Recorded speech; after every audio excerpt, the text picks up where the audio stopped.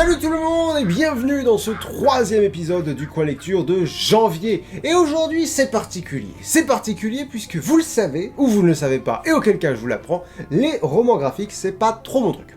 Voilà, tout ce qui est BD, tout ce qui est... Alors évidemment surtout les mangas, mais c'est pas trop mon truc. Après, les comics ont un avantage sur les autres types de romans graphiques, c'est que j'ai appris à adorer certains de leurs personnages. Comme vous le savez, parce que j'en ai parlé en vidéo déjà, je suis tombé amoureux de Spider-Man dans les jeux vidéo sur PlayStation 1, mais je suis aussi tombé amoureux de Batman via la série animée et via les deux films issus de la série animée. Puis plus tard, les films de Tim Burton et de Schumacher. J'avais 10 ans, ouais, foutez-moi la paix. J'avais 10 ans, non, j'avais pas 10 ans, j'avais moins de 10 ans. Et j'ai dû manifester ma frustration auprès de ma famille, je ne sais pas, quelque part en fin d'année dernière. J'imagine j'ai dû dire un truc de l'ordre de... c'est quand même couillon, faudrait que je m'y mette aux comics à l'occasion, parce que j'aime bien leurs histoires, mais j'en lis pas. Et c'est pas tombé dans l'oreille d'un sourd, puisque mon père m'a offert l'intégrale de la série Batman Rebirth, telle que publiée par Urban Comics pour Noël. Alors là, il manque le tome 1. Il manque le tome 1, je l'ai lu, je sais pas ce que j'en ai foutu. Introuvable. Je ne sais pas où il est. J'en profite d'ailleurs pour passer un message. Urban Comics, si par hasard vous m'entendez, bonjour. J'ai vu que vous cherchiez des partenaires sur les réseaux en 2024, mais j'ai vu votre questionnaire trop tard. Et ça m'intéresse beaucoup. J'ai un peu de visibilité, comme vous pouvez le constater. Et j'aimerais découvrir plus de comics. Et je vais dire du bien de tout ça aujourd'hui en plus. Donc voilà, si jamais vous cherchez encore, on sait pas, n'hésitez pas à vous manifester. Vous trouverez mon mail dans la description, contact.linkthesun@gmail.com.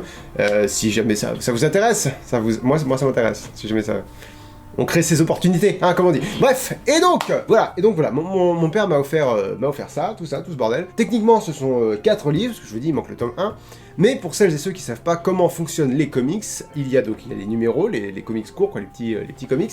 Et il y a les gros volumes comme ça.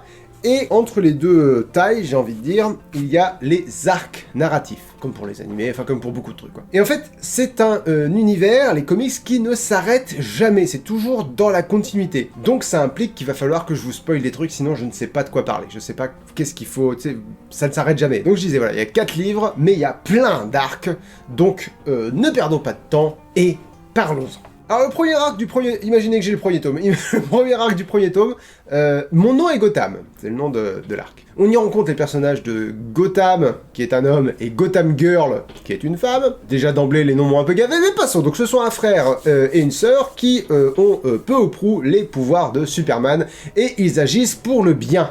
Chouette. On veut pas quelqu'un qui a les pouvoirs de Superman et qui agit pour le mal, c'est cacaouina. En fait, ils ont failli avoir l'enfance de Bruce Wayne, de Batman du coup. Vous savez, les parents qui se font tuer dans une ruelle de Gotham, jamais agréable. Mais heureusement, Batman est intervenu pour stopper le bras de l'importun qui allait touiller les parents, et ça c'est formidable. Merci Batman. Seulement... il y a une couillasse. Évidemment, il y a une couillasse. Faut bien que l'histoire avance, donc il y a une couillasse. Amanda Waller, vous la connaissez, Amanda Waller, Suicide Squad, fantastique, a perdu le contrôle d'une division de l'escouade suicide. Bah décidément, quelle grosse idée de con cette escouade suicide alors. À part donner son meilleur rôle au cinéma à John Cena, ils ont pas fait grand chose de très chouette.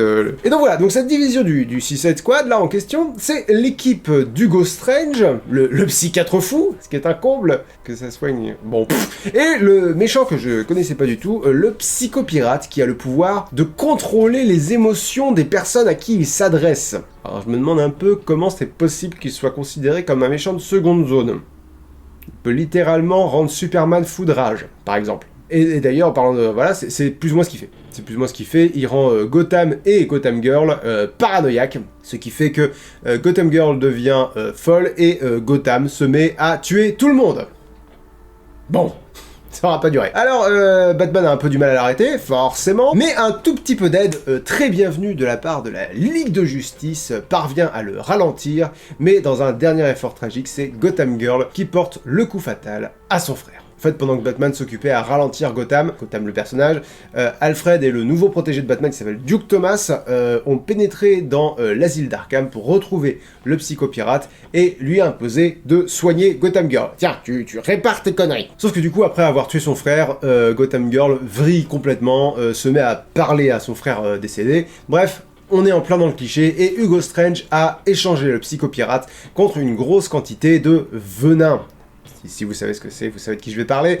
C'est le produit qui donne ses pouvoirs, enfin qui accentue ses pouvoirs à Bane, le célèbre super criminel. Donc voilà, le psychopirate se trouve chez Bane, la prison de Santa Prisca, et Batman veut aller le récupérer pour finir d'aider Gotham Girl. Sauf que Bane a besoin du psychopirate aussi précisément pour canaliser son addiction au venin. Et donc il ne va pas laisser Batman l'embarquer comme ça. Ça ne sera pas facile, Batman. Je suis désolé, ça ne sera pas facile. Bon, alors là c'est un premier arc en demi-teinte. Un peu sexiste, si je dois dire ce que je pense. Pas très intéressant. Alors les dessins de David Finch sont très beaux. Franchement, je vais pas parler de beaucoup de dessins. Je suis personne pour juger les dessins de comics. Je saurais pas faire la différence entre des dessins qui seraient beaux, très beaux, moyen beau, exceptionnel, voilà. Pour moi, si c'est bien, c'est bien, voilà. Moi, je les ai trouvés jolis. On en dit beaucoup de bien en ligne. Bref, deuxième arc, intitulé Mon nom est Suicide.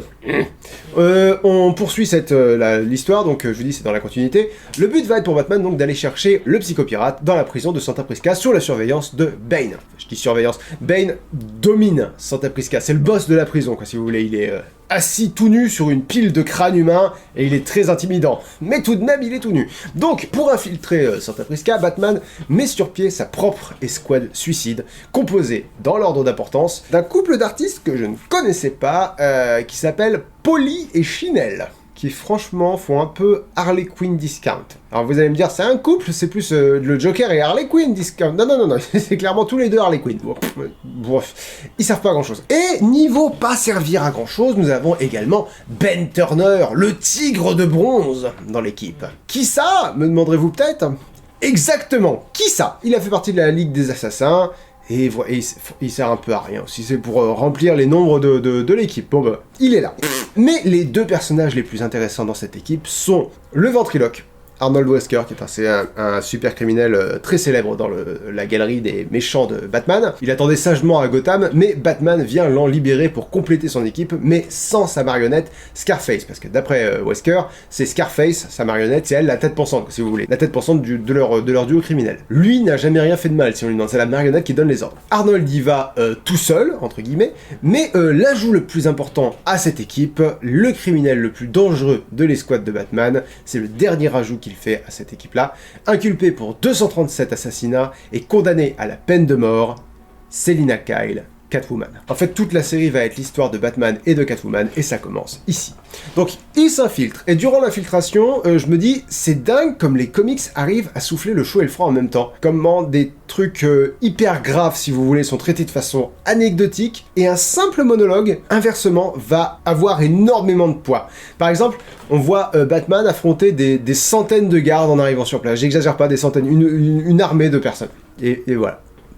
Pas un souci, il le fait. Voilà. Mais d'un autre côté, Batman va avoir un monologue intérieur très intéressant où il explique que quand ses parents sont morts, une de ses premières réactions, une de ses premières pulsions a été de vouloir en finir quand il était encore très jeune. Et alors qu'il allait se suicider, il a eu l'illumination et il a promis de consacrer sa vie à arrêter tous les criminels. Et l'idée derrière ça, c'est que Batman est l'incarnation du suicide de Bruce Wayne.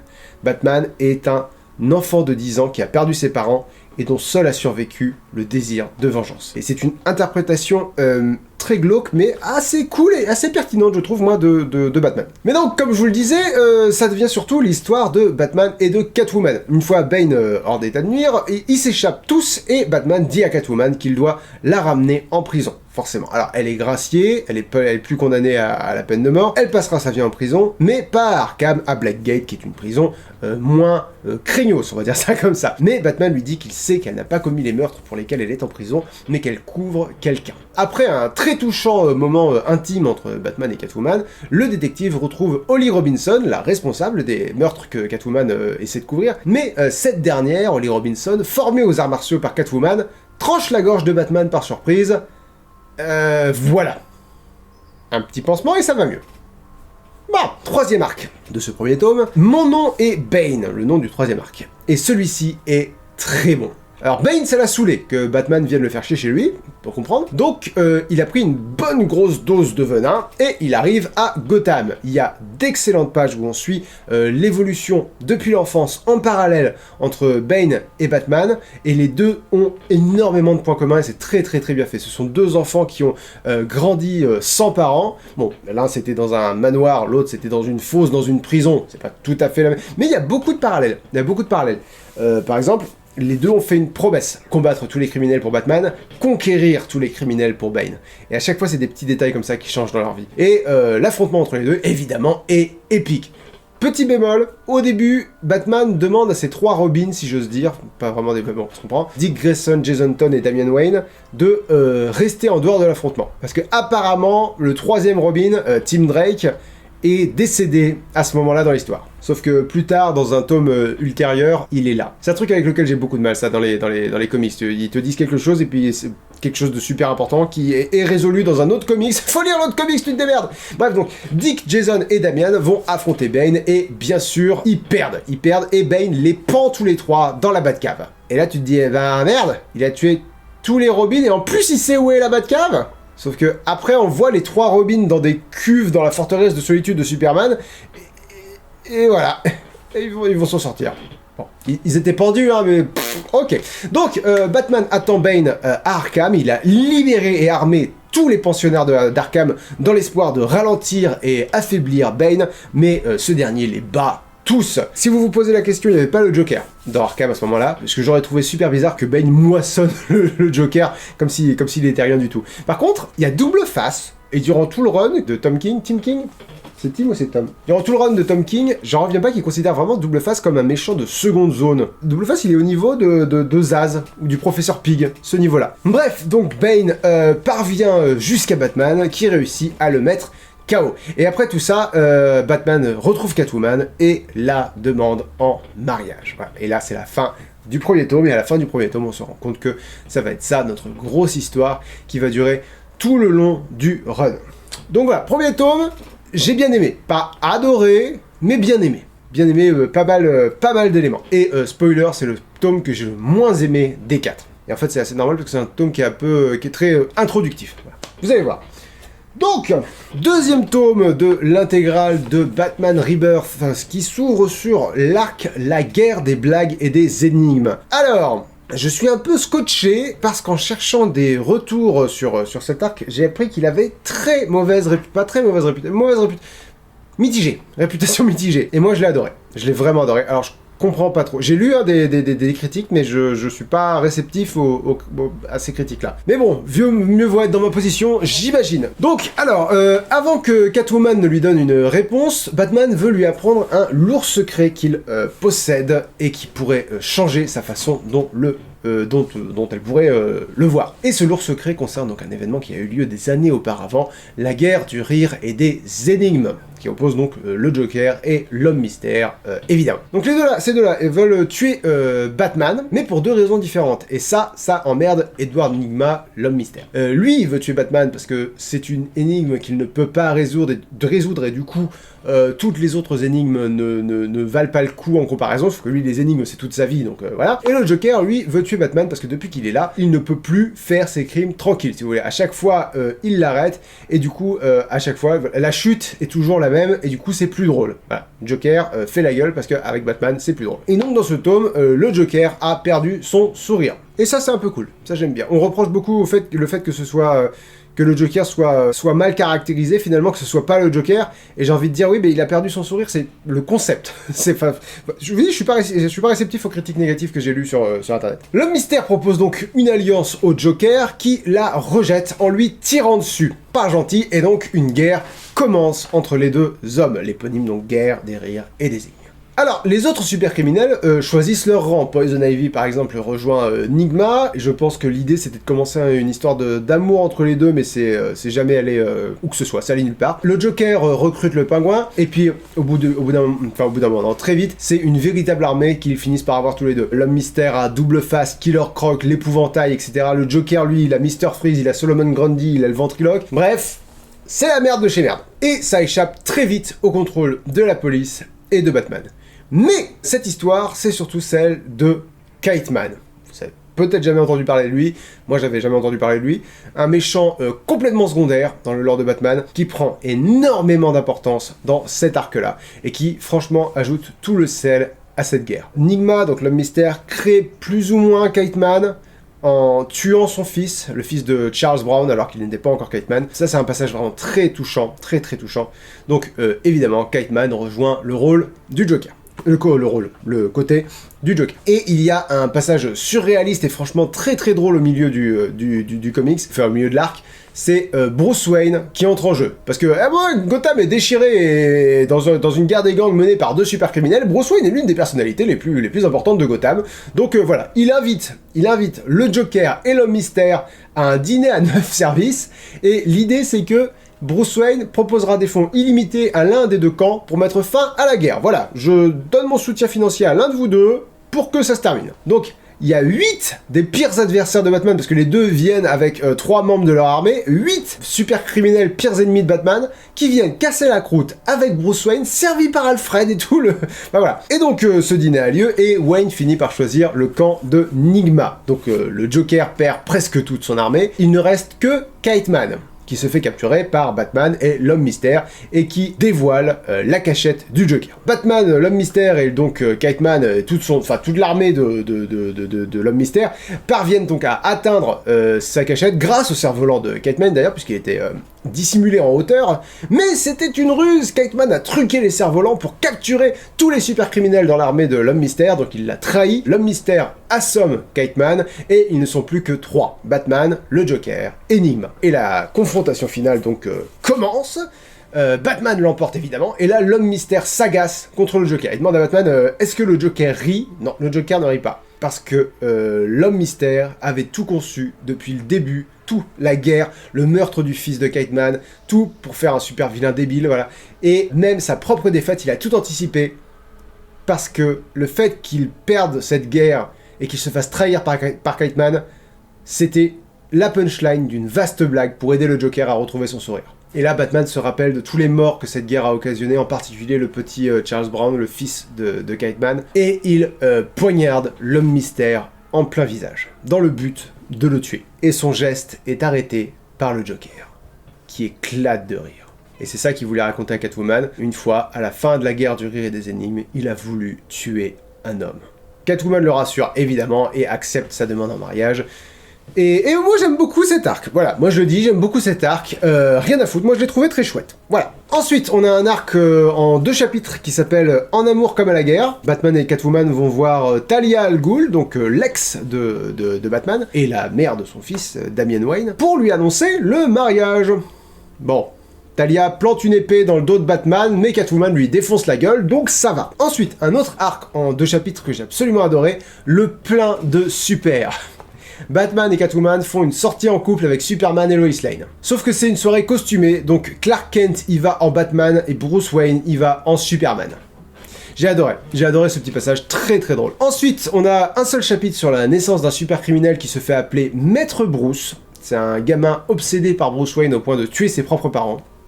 C'est très chouette. Ensuite, encore un autre arc que j'adore. Batman et Wonder Woman ont proposé à un gars qui s'appelle le gentilhomme, en 2 mots, de le dépanner s'il avait besoin d'une pause. Donc on apprend qui est le gentilhomme, parce que bon, voilà, il fait quoi dans la vie ce brave monsieur pour que Batman et Wonder Woman lui proposent leur aide? Eh ben, il empêche des hordes de démons de pénétrer dans notre dimension. Merci à lui. Et l'assaut est éternel, comme il le répète souvent dans le comics. Ça fait des millénaires qu'il se bat contre des hordes de démons, et c'est que le début.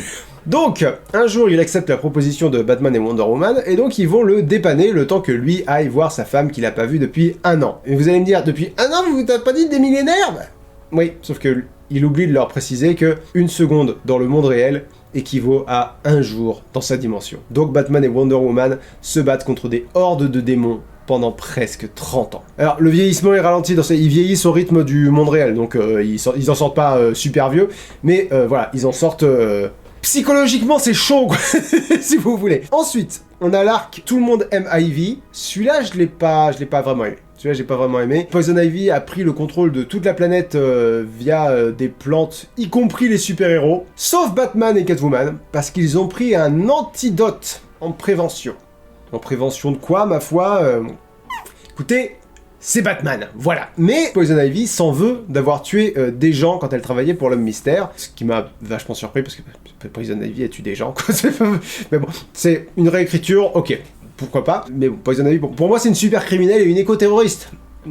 Mais donc, alors, Batman l'arrête en lui faisant comprendre qu'en fait, c'est l'Homme Mystère qui a tué les gens qu'elle croyait avoir tués, donc en fait, ça va. Il est bizarre cet arc-là. Et enfin, nous avons l'arc 1 cadeau. Et cette fois, il s'agit d'un arc moitié parodique, j'ai envie de dire, et à moitié sérieux. Il devient sérieux après dans la continuité. C'est un arc où Booster Gold propose à Batman d'aller dans une dimension où ses parents ne sont pas morts, parce que d'après lui, c'est lui montrer qu'en fait, rien ne vaut le monde réel.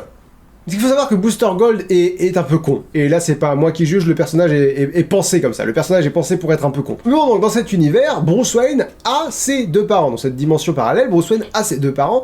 Batman existe, mais il s'agit de Dick Grayson. Et Dick Grayson, donc le premier Robin, et c'est un tueur sanguinaire. Catwoman existe, mais elle est folle alliée, c'est une tueuse en série. Elle dit que miaou, elle est ultra violente. Donc voilà, Booster Gold va proposer son super plan à Bruce Wayne, qui évidemment détruit la machine temporelle pour sauver ses parents. Booster Gold lui dit tu vois, c'est pas terrible, hein, rien ne vaut la vraie vie. Allez, viens. Donc Bruce Wayne se dit ok, non.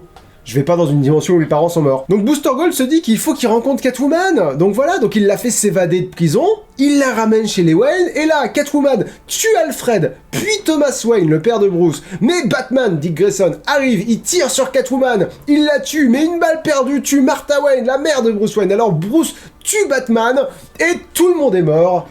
Merci Booster Gold, t'es parfait. Donc voilà, Bruce retient Booster Gold dans la grotte qui est sous le manoir, qui n'est jamais devenu la Batcave évidemment. Il a reprogrammé la machine temporelle de le gros con là, pour pouvoir se rendre quelques minutes avant la mort de ses parents pour l'empêcher. Sauf que Booster Gold a un plan. Il l'emmène quelques minutes avant la mort des parents de Bruce dans la continuité originale, avant qu'il foute le sbeul, donc quand Bruce était très jeune. Alors évidemment, là, t'as le Booster Gold original qui arrive pour empêcher le meurtre des parents de Bruce, les bonnes incohérences des voyages temporels, mais il se prend le Booster Gold original se prend une balle destinée à son double qui vient du futur, et donc les parents de Bruce se font tuer, comme la continuité principale l'exige, et ils se suicident. Le Bruce Wayne du futur se suicide. Globalement, c'était pas une super idée de cadeau, quoi, l'idée générale du bordel. Et donc voilà qui conclut ce deuxième tome, que j'ai bien aimé aussi. Notamment grâce aux arcs Le Plein de Super et La Guerre des Énigmes et des Rires,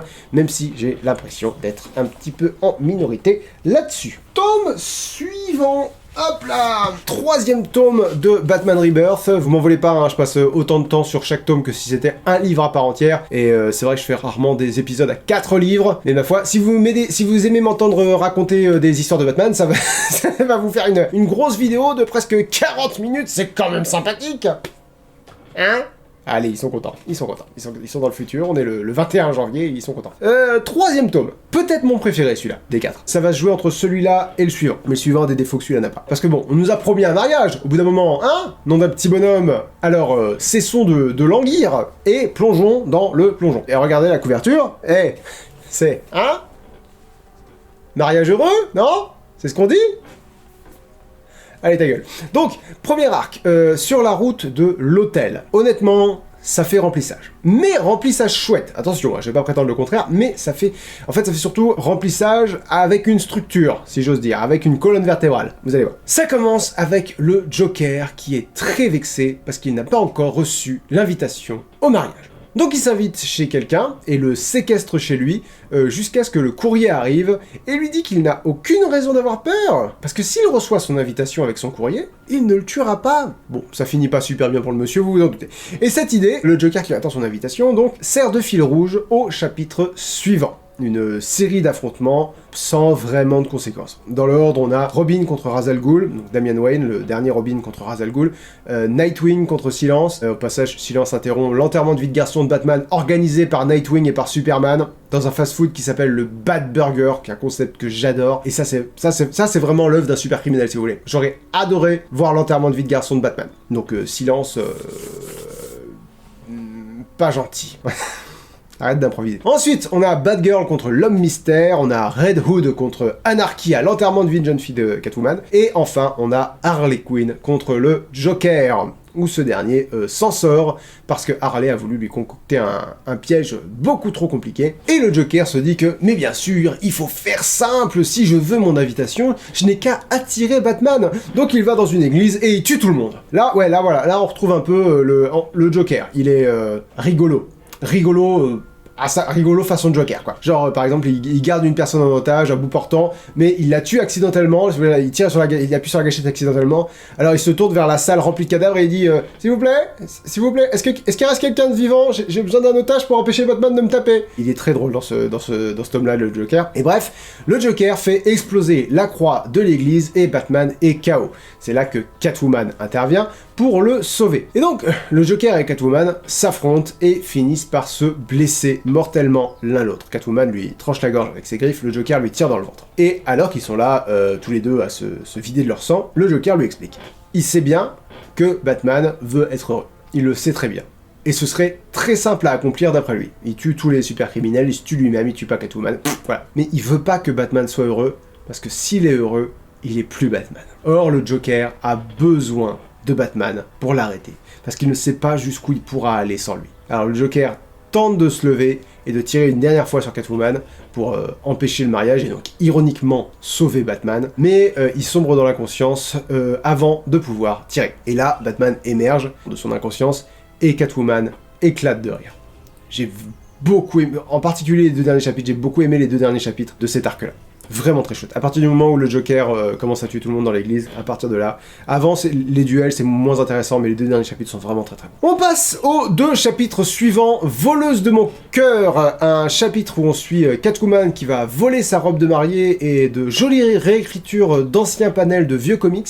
D'ailleurs c'est rigolo parce qu'on voit l'évolution des costumes et des relations entre les deux, entre Batman et Catwoman, c'est assez mignon. Et enfin, nous avons Batman numéro 50, le mariage de Batman et Catwoman. Un très beau numéro. Il est monté en parallèle entre les préparations de Batman et celles de Catwoman. Ils ont quelques différences et beaucoup de points communs. Et une double page sur deux, ce sont des illustrations en pleine page d'anciens numéros pour montrer leur histoire commune, et sur ces pages, il y a la narration, Batman à gauche, Catwoman à droite, et en fait, à la fin, on comprend que cette narration, ce sont des lettres qu'ils se sont tous les deux laissées avant le mariage, pour qu'ils la trouvent, donc du coup, après le mariage. La cérémonie est censée avoir lieu sur un toit, parce que c'est leur territoire, avec un juge trop ivre pour se rappeler quoi que ce soit, et donc leur témoin, Holly Robinson pour Catwoman, et Alfred pour Batman. D'ailleurs, la réaction d'Alfred quand il apprend que Batman le veut pour témoin est vraiment adorable. Et on comprend à la fin que la lettre de Batman... Je m'obstine à l'appeler Batman, jamais Bruce Wayne, parce que c'est vraiment le mariage de Batman et Catwoman, si vous voulez. Ça n'a rien à voir avec Bruce et Bruce Wayne et Selina Kyle. C'est pas le mariage de deux personnes civiles, c'est vraiment le mariage de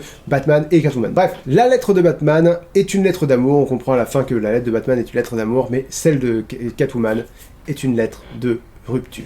Le Joker et Holly Robinson lui ont mis la vérité en face. Si Batman est heureux, il n'y a plus de Batman. Et elle refuse de vivre avec ce fardeau-là. Dur, la fin de ce tome-là est dure. Après, on a un comics qui date de 83. Alors, qui parle de mariage entre Batman et Catwoman, donc qui est pas complètement hors sujet, mais qui pète complètement le mood. Un peu dommage. Un peu dommage.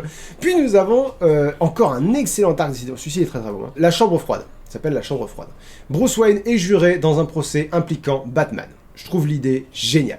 Globalement, Batman a défoncé la gueule de Mr. Freeze, en grande partie parce qu'il était triste, évidemment, après l'échec de son mariage, enfin, il n'était pas maître de ses émotions, et tous les jurés sont pour condamner Freeze, sauf Bruce Wayne. Bruce Wayne est contre.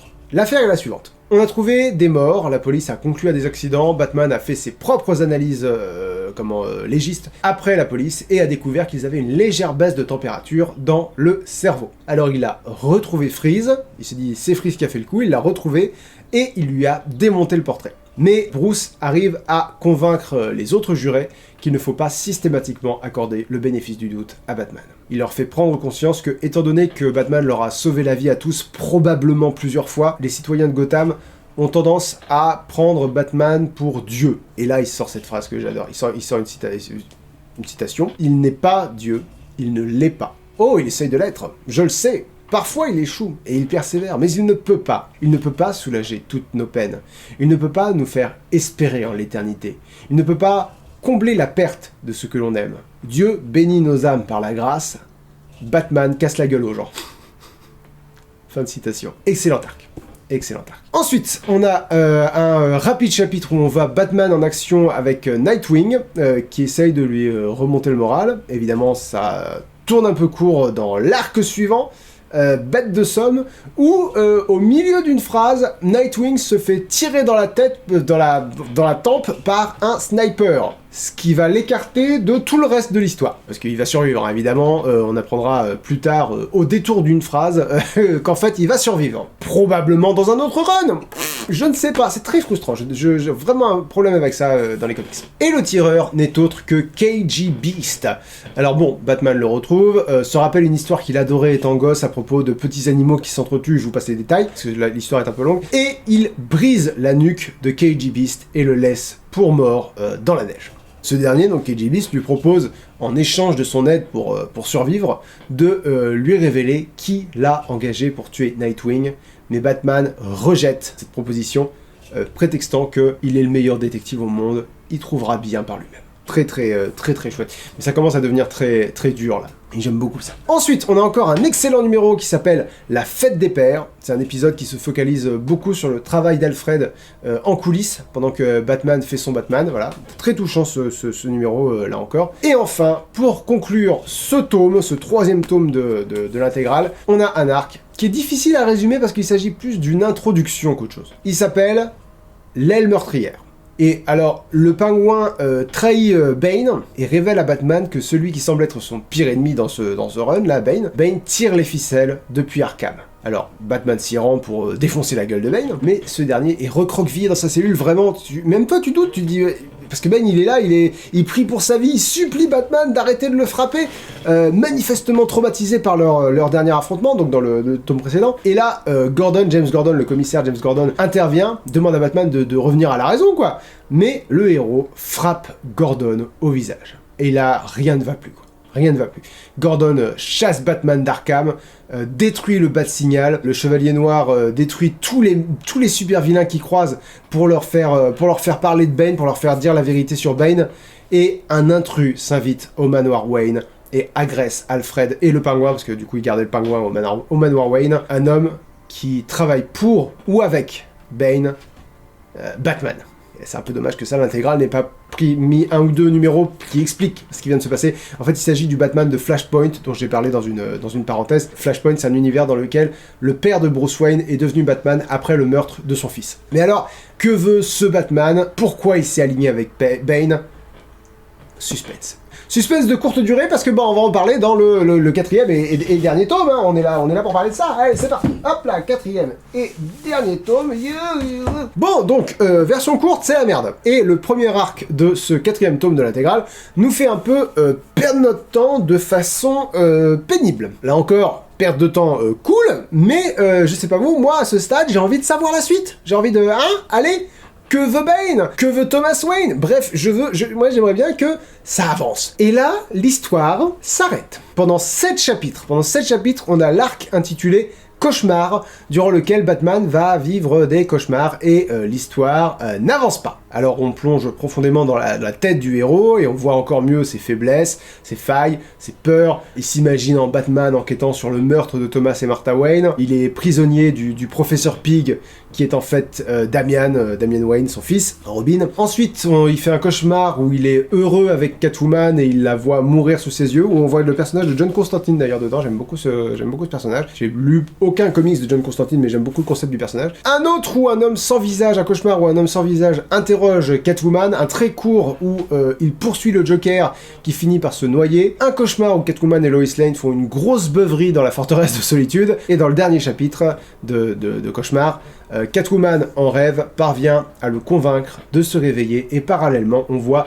Bane et Thomas Wayne dans la réalité en train de se battre pour s'entraîner, pour jouer. Voilà. Et Bane goûte, si vous voulez, la différence entre le père et le fils. Thomas Wayne ne recule devant rien pour gagner. Globalement, Batman perd, met sa dérouillée à Bane, ça l'énerve beaucoup, le super criminel commence à le menacer réellement, il commence à l'étrangler et à lui dire « Meurs !» Et Thomas sort un flingue de sa poche pour le menacer en retour. Et Bane comprend que c'est pas le même Batman à qui il a affaire. Bane, lui, il a pas de poche parce qu'il se bat tout nu. Je sais pas ce qu'il a avec ça. Et tout le temps la bite à l'air, Bane, écoute, c'est un concept. Bane tout nu. Ensuite commence ce que j'ai envie de considérer comme l'avant-dernier gros arc de l'intégrale, la chute et les déchus. Batman était dans une cuve qui lui faisait avoir des cauchemars. Par la force de sa volonté, évidemment, il parvient à se réveiller et défonce tous les super criminels qui se trouvent à l'endroit où il est. Là encore, je dirais que les super méchants dans ce run sont presque tous secondaires. Ça, c'est méga bizarre. Je veux dire, il défonce l'épouvantail, Double Face, Mr. Freeze, Solomon Grundy, en une page ou presque chacun, quoi. C'est... je sais pas. Dans l'image que je me fais de la plupart d'entre eux, il faudrait plusieurs arcs, quoi, pour réussir à les finir. Après, je comprends bien qu'il faut de l'adversité à Batman. Je me dis juste que peut-être ça pourrait être un prétexte pour étoffer la galerie des méchants un peu plus secondaires, je sais pas. Mais bon, ça doit être la première fois depuis la fac que je lis un run de comics en entier. Donc bon, voilà. C'est juste une impression de néophyte. Batman essaye de rassembler toute la Bat Family pour l'aider, mais Bane a très bien couvert ses traces et personne ne croit qu'il n'est pas dans le coma suite à la deuxième dérouillée que Batman lui a mise dans le tome précédent à l'asile d'Arkham. Toute la Bat Family pense que Batman est en train de virer cinglé à cause de ce qui s'est passé avec Catwoman. Du coup, Batman va confronter Bane seul dans le manoir Wayne. Et il se fait défoncer. Et là, Bane révèle que tout était son plan depuis le début. En fait, c'est Thomas Wayne qui révèle à Bane qu'il sait que tout était son plan depuis le début. Et je sais pas si j'adore ou si je déteste ça. Je m'explique. En général, je déteste ce trope du méchant qui dit « Tout était mon plan depuis le début ». Parce que dans 100% des cas, ça implique qu'il a anticipé des trucs qu'il pouvait pas prévoir. Et c'est une facilité scénaristique très paresseuse. Sauf que là, il y a beaucoup d'éléments qui font que ça marche. Il y a beaucoup d'éléments qui rendent la chose plausible et qui laissent penser que peut-être Tom King avait prévu ça depuis le début. Peut-être. Ou peut-être juste les grandes lignes. En tout cas, c'est plausible. Bane a enlevé le psychopirate au début, ce qui a obligé Batman à le confronter. Le psychopirate faisait partie du Suicide Squad, donc Batman allait avoir affaire à eux, il faisait partie de l'équipe avec Hugo Strange, et il en a profité pour recruter Catwoman en échange d'une réduction de peine pour elle, ce qui était prévisible aussi. Il s'est laissé battre par Batman. Bane s'est laissé battre par Batman pour entrer à Arkham. Il a fait profil bas le temps que Batman et Catwoman se rapprochent. Et ça, c'était le plan de Bane, lui faire miroiter le bonheur et le lui retirer. Tout le passage avec Booster Gold, c'était encore un coup de Bane. Il a programmé la machine temporelle de Booster Gold, parce que c'est un espèce de petit module qui parle, qui s'appelle Skits. Il a fait reprogrammer Skits pour suggérer à Booster Gold d'aller dans un univers où Batman n'existe pas. Et contrairement à ce qu'on pouvait penser, c'était pas pour faire plaisir à Batman, mais pour montrer à Catwoman un monde sans Batman. Et qu'un monde sans Batman, c'est l'enfer. Puis, il a envoyé le Joker. C'est Ben qui a dit au Joker que Batman et Catwoman allaient se marier. J'ai même pas pensé qu'il fallait que le Joker soit au courant. Et le Joker a mis dans la tête de Catwoman que si Batman est heureux, il n'y a plus de Batman. Et tout ce plan, c'était avec la bénédiction de Thomas Wayne. Et boum, Batman est psychologiquement et émotionnellement brisé. Et l'arc se termine donc sur Thomas Wayne emmenant Bruce et le cadavre de Martha Wayne, la mère de Bruce, dans le désert pour la ressusciter via le puits du Nine, un gros trou magique globalement, et Thomas dévoile enfin son plan. Thomas dévoile son plan à lui. Il ne veut pas que son fils soit Batman. Il veut le libérer de ce fardeau, et c'est pour ça qu'il a fait équipe avec Bane. Et là, donc, il veut ressusciter Martha pour qu'il reforme une famille et qu'il n'ait plus besoin, que tous ensemble, il n'ait plus besoin de Batman. Là encore, je vous passe les détails, mais les deux Batman s'affrontent et la résurrection ne se fait pas, évidemment. Ensuite, on a 4 chapitres qui n'ont rien à voir. Honnêtement, avec l'état de tension dans lequel j'étais à ce moment-là, ça m'a un peu gavé. Ça m'a un peu gavé d'avoir 4 chapitres qui parlent de complètement autre chose à ce moment-là.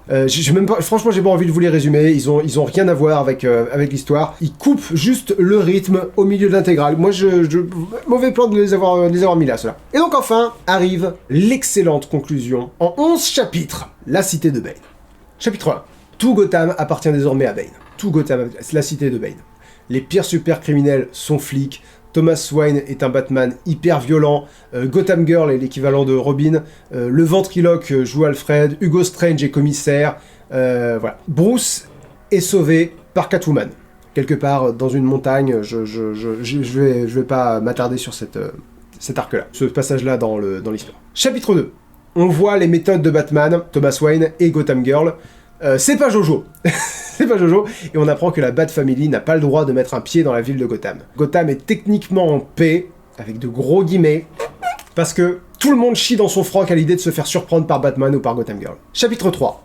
Sous les soins de Catwoman, Bruce se réveille et il prévoit de reprendre Gotham, évidemment. Pendant ce temps, Damian Wayne, le fils de Bruce et donc Robin, tente de confronter le nouveau Batman. Évidemment, il fait partie de la Bat Family. Il tente de confronter le nouveau Batman, son grand-père du coup techniquement, qui évidemment le défonce en deux, et pour avoir désobéi aux ordres de Bane, ce dernier brise la nuque d'Alfred devant les yeux de Damian. Et à l'heure actuelle, c'est toujours d'actualité, Alfred est mort. Chapitre 4, Batman et Catwoman sont en vacances sur une plage paradisiaque, enfin ont l'air d'être en vacances sur une plage paradisiaque. Les deux personnages renouent, ils se rapprochent, niveau romantique c'est très beau. C'est une très belle, un très beau numéro. Et la Bat Family mord un Batman, il lui cache la mort d'Alfred. Chapitre 5, Batman et Catwoman se retrouvent complètement, ils sont plus unis que jamais. Ils interceptent une vente de super venin destinée à Bane pour Gotham Girl. C'est pour ça qu'ils étaient dans ce décor de rêve, c'était pas des vacances, c'était un plan. Chapitre 6, Batman et Catwoman reviennent à Gotham et maîtrisent la plupart des super criminels. Mais évidemment, Bane et Thomas Wayne l'apprennent. Et Bane ordonne à Thomas de tuer Robin. C'est-à-dire que Alfred servait d'otage jusque-là, Alfred est mort, Robin est le nouvel otage. Chapitre 7, Thomas ne peut pas s'y résoudre parce que c'est son petit-fils.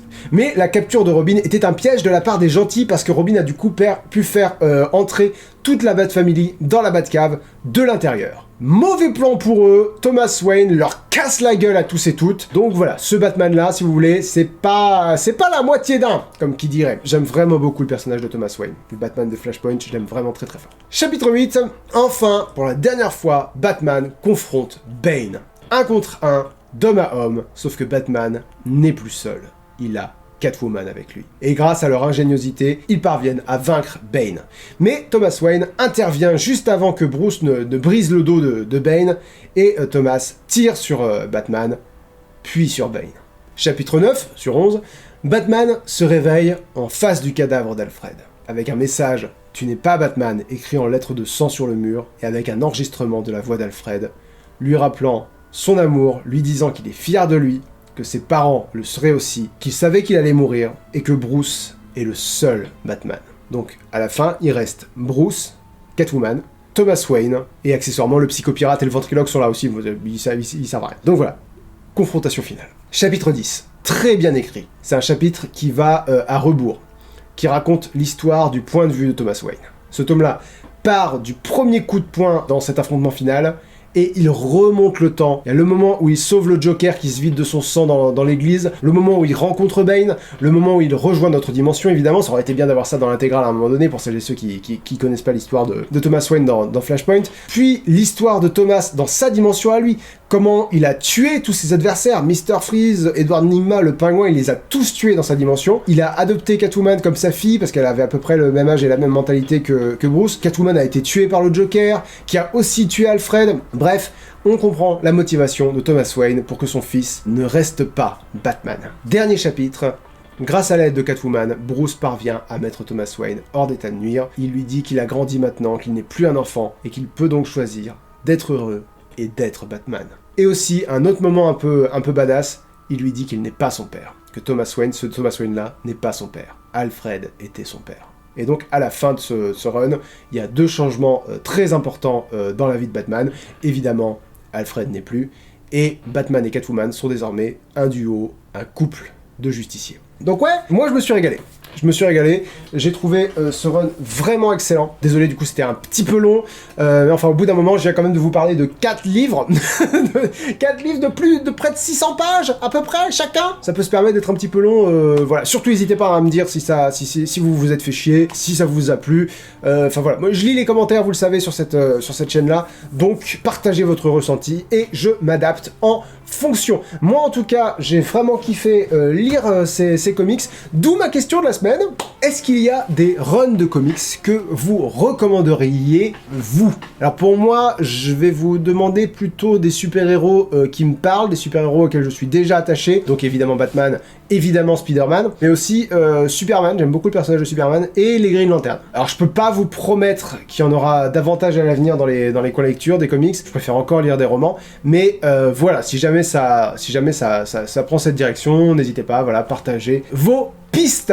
Merci à toutes et tous d'avoir regardé cet épisode, un remerciement particulier, vous savez comment ça marche, à mes Plectrions de niveau 3 et plus, comme Cédric Boulino, Emma Bennaïm, Picayolo, Dr Growth, Abigail Tillman, Arthur Burger, Aiko la Folle, Tanguy et Salomé, entre autres. On se donne rendez-vous demain sur Twitch pour parler de tout ça, de l'intégrale de Batman. Ça va être un très long live, et on se donne rendez-vous également évidemment la semaine prochaine pour finir les collectures de janvier, et on va finir les collectures de janvier avec Knisna, c'est ça, un livre de l'un d'entre vous, et les 2 BD dont vous êtes le héros, ici, mettant en scène Sherlock Holmes. Vous ne les voyez pas parce qu'il y a une poupe devant, c'est terrible. Bonne fin de journée à toutes et tous, et à la prochaine. Ciao.